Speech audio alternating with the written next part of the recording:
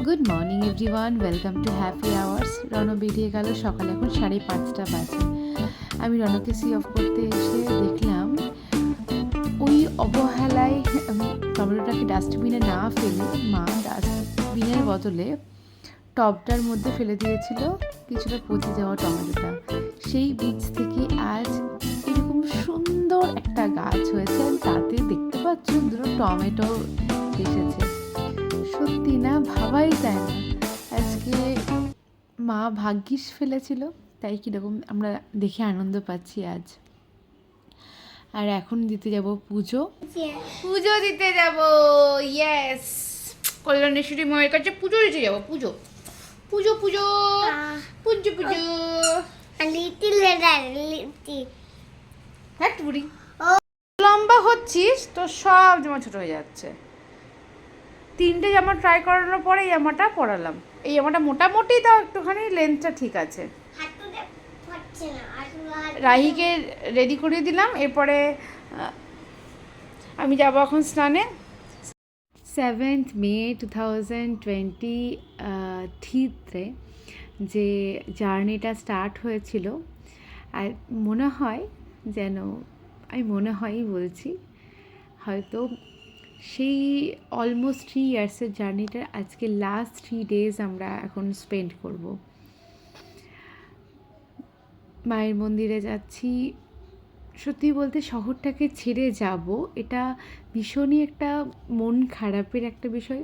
যারা কল্যাণীতে থেকেছো তারা জানো শহরটার মধ্যে একটা মায়া আছে। আর এই কল্যাণেশ্বরী মায়ের কাছে প্রথম দিন থেকে খেবিমাকে যখন একদম সামনাসামনি গিয়ে দেখতে পেতাম না, মনটা কীরকম করে উঠতেই চলে যেতাম মায়ের কাছে। ঈশ্বরের প্রতি এটা যেন একটা অন্য রকমের টান কাজ করে। আর দেখো আজ আমার মাকে কত সুন্দর দেখাচ্ছে লাল টুকটুকে বেনারসিতে। মায়ের কাছে পারমিশন নিতে গেছিলাম, মা এবার তো এখান থেকে যেতে হবে, তোমার ইচ্ছাতেই হয়তো সব কিছু হচ্ছে, বাট স্টিল মায়ের কাছে একবার যাবো না, পুজো দেবো না, এটা হতেই পারে না। তাই রাহিকে নিয়েই চলে গেছিলাম মায়ের কাছে।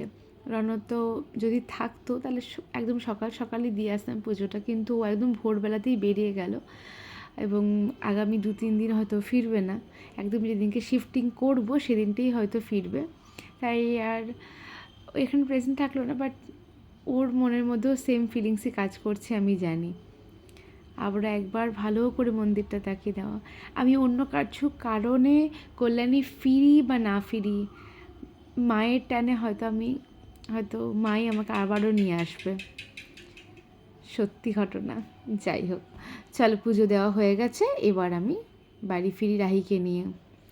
আর আমার মেয়েটাকে আজকে কি মিষ্টি যে দেখাচ্ছে, তু মা হয়ে নাকি বলতেও নেই। এই সেই রাস্তাটা আর একবার ভালো করে দেখে নিচ্ছি চারিদিকটা। জয় মা কল্যাণেশ্বরী মায়ের জয়। পুজো দেওয়া হলো, এবার যাচ্ছি বাড়ি। মা ভীষণ রোদ গরম বাইরে, ভীষণ। বাড়ি চলে এসেছি, এবার একটু টিফিন তো আর করবো না, ডাব আছে, ডাব খেয়ে নেবো, কিন্তু একেবারে লাঞ্চ করে নেবো। মোটামুটি 11:15 মতো বাজে, স্কুলের কাজও বসতে হবে, আবার কাজগুলো কমপ্লিট করি। চলো, খুব স্পেশাল 3টে দিন তোমাদের সাথে কাটাবো লাস্ট। আর আজ ফ্রাইডে, 3 দিনও আর নেই। আর যাই হোক, তোমরা সঙ্গে থাকো। জীবনের খুব ভাইটাল একটা মোমেন্ট এখন কাটাচ্ছি।